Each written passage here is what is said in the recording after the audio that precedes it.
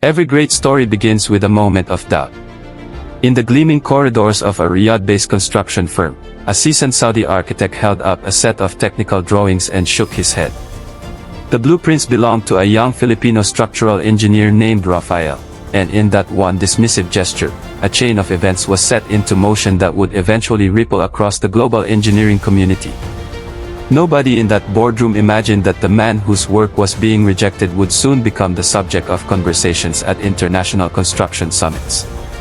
But that is exactly what happened, and the story of how it unfolded is one that continues to inspire tens of thousands of overseas Filipino workers who carry their expertise far from home, hoping it will one day be recognized.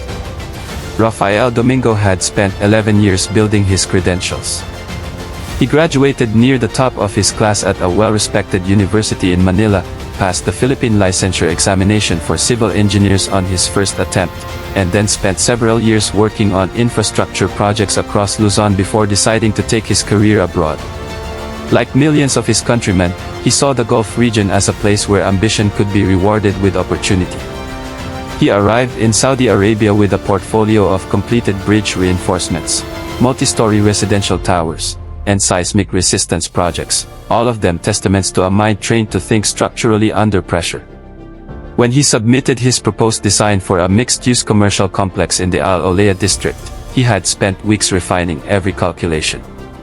The blueprint incorporated a hybrid foundation system designed specifically to account for the sandy, shifting soil conditions common in that part of the Arabian Peninsula. It also integrated passive cooling channels within the structural framework, a concept borrowed from traditional Arabic wind tower architecture but adapted using modern composite materials. Rafael believed it was the most comprehensive work of his career. The senior architect, however, saw it differently. The rejection came with minimal explanation. The architect cited concerns about unfamiliar methodology and suggested the design deviated too far from conventional regional standards. What stung Rafael most was not the critique itself, which any engineer can accept, but the casual dismissal of the reasoning behind it. His detailed annotations explaining the soil-specific foundation adaptations were barely glanced at. A colleague later told Rafael that the architect had referred to the blueprint as too experimental for someone from that background, a comment that carried a weight far heavier than its 7 words. Rather than resubmit a watered-down version of his work, Rafael did something that surprised even his closest friends. He requested a transfer to the site supervision team, accepting a temporary step back in role, and he began documenting every soil movement, thermal shift, and structural stress indicator on the site where the original, more conventional design was eventually being used. He was quiet, meticulous, and patient. Over the following months, he compiled a technical journal that read like a forensic investigation of the very ground beneath their feet. What Rafael observed during those months of field documentation was troubling. The conventional foundation approach being applied was showing early signs of differential settlement, meaning different sections of the foundation were sinking at different rates due to the inconsistent compaction of the sandy subsoil layers. This is one of the most dangerous and expensive problems in construction because it rarely becomes visible until significant structural investment has already been made. Rafael flagged the issue through proper channels, submitted a detailed report, and waited. Initially, his concerns were acknowledged but not acted upon. The turning point came when an independent structural assessment was commissioned by the project's investor group, a consortium with European backing that had its own engineering oversight requirements. The external engineers, brought in from a German firm with decades of Gulf region experience, conducted their evaluation and reached conclusions that aligned almost precisely with what Rafael had been documenting for months. The foundation design was at risk. Remediation work would be required. The cost estimate for intervention ran into the millions of reals, and the project timeline faced a significant extension. When the investor group requested a review of all previously submitted designs and assessments related to the foundation approach, Rafael's original blueprints were pulled from the archive. The hybrid foundation system he had proposed, the very one that had been dismissed without serious engagement, was now examined by the German engineers in detail. Their assessment noted that the system was not only methodologically sound but specifically well suited to the documented soil conditions of the site.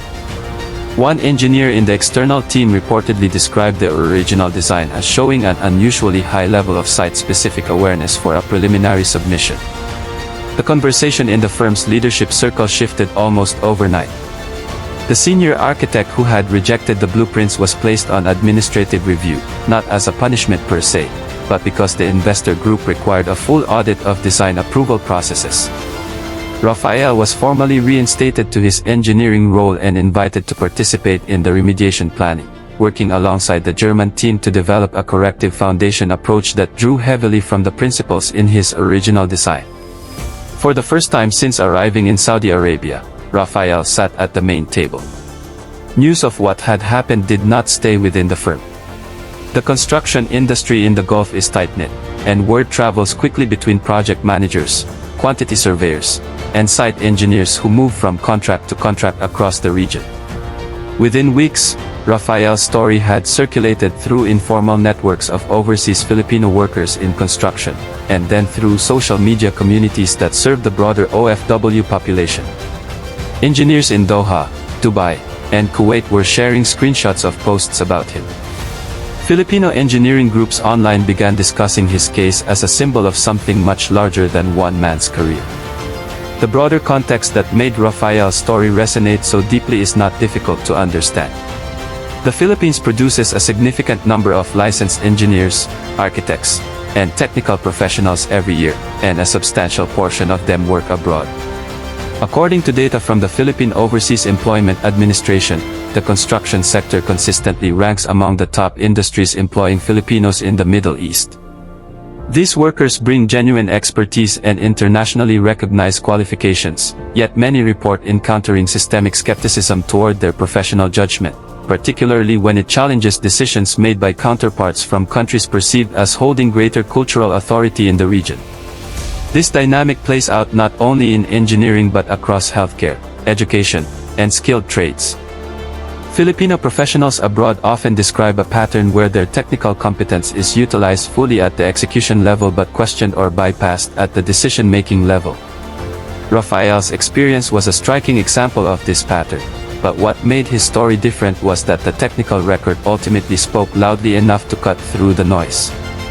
His months of silent, disciplined documentation gave him something that no meeting room confrontation could have provided. It gave him verifiable facts. The remediation project on the Al Olea site was completed successfully. The hybrid foundation correction stabilized the structure, and subsequent monitoring showed no further signs of differential settlement.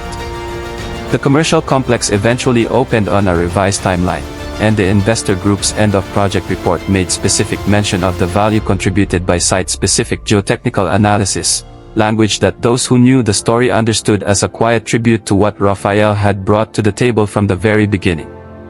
He never sought public credit during the project, but those who worked alongside him knew precisely what had happened. Rafael extended his contract with the firm, but this time under a significantly revised arrangement. He was given a senior technical review position, and his role now included evaluating foundation designs for upcoming projects across the firm's Gulf portfolio. He also began mentoring younger Filipino engineers joining the company, sharing with them the most important lesson his experience had taught him, that the most powerful response to dismissal is documentation, and that technical truth, when gathered with patience and precision, tends to surface regardless of who tried to bury it. Back in the Philippines, Rafael's parents followed the news through their relatives in Riyadh. His mother, a retired schoolteacher from Batangas, gave an interview to a local community newsletter in which she said that her son had always believed in doing the work quietly and letting it speak.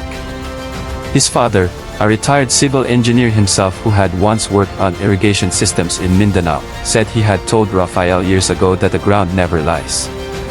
It was a simple statement, but in the context of a story about soil behavior and structural truth, it carried an almost poetic weight that many who read it found impossible to forget. The engineering community's response to Rafael's story extended beyond social media. A prominent civil engineering journal in Southeast Asia ran a feature on the importance of site-specific design methodology in Gulf construction projects, using his case as an anonymized reference.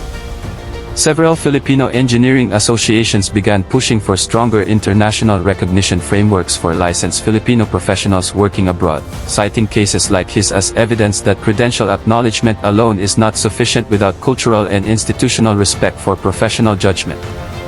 What stays with people who hear this story is not simply the happy ending, because not every version of this story ends the way Rafael's did.